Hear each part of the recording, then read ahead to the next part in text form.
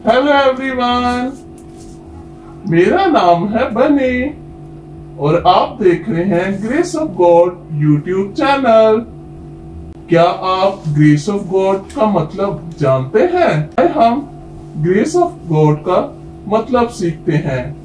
Grace का मतलब है फजल और ग्रेस ऑफ गॉड खुदा का फजल।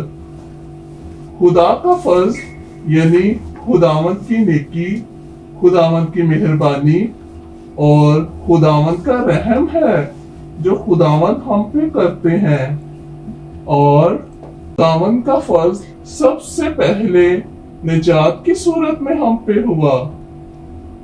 खुदावंद ने हमारी खातिर सलीब पे जान दी और हमें निजात मिली, क्योंकि हम तो गुनाहों और कसूरों के सबब से मुर्दा थे और मुर्दा इंसान कुछ भी नहीं कर सकता।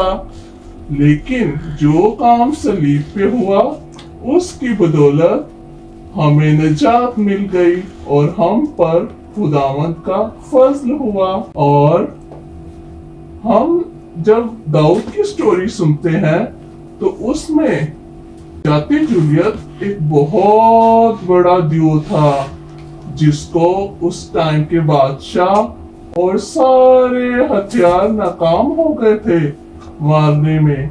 लेकिन दाऊद एक छोटा सा चरवाहा था जिस पे खुदावंद का फजल हुआ। उसने एक मामूली से पत्थर से जाती जूलियत को मार गिराया। दाऊद तो कमजोर था, लेकिन उस पे खुदावंद का फजल था जिसकी बदौलत उसने जाती जूलियत को मार गिराया। और जब हम बाइबल मुकद्दस में से यीशु की पैदाइश की स्टोरी सुनते हैं तो वहां पे हम देखते हैं कि किस पे फजल हुआ। क्या आप जानते हैं?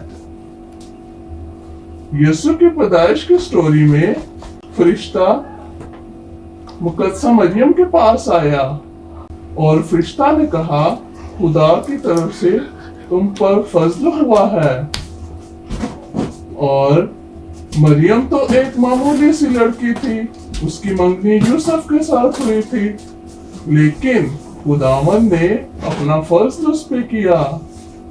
ग्रेस ऑफ गॉड यानी खुदा का फजल कोई कमाने वाली चीज नहीं।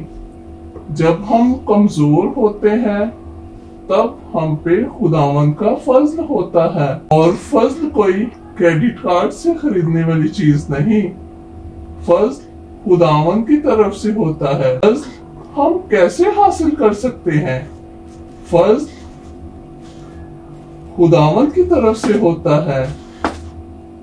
और जब हम खुदावंद के साथ वफादार होते हैं, खुदावंद के साथ हमारा रिश्ता मजबूत होता है, तब हम पे फजल होता है।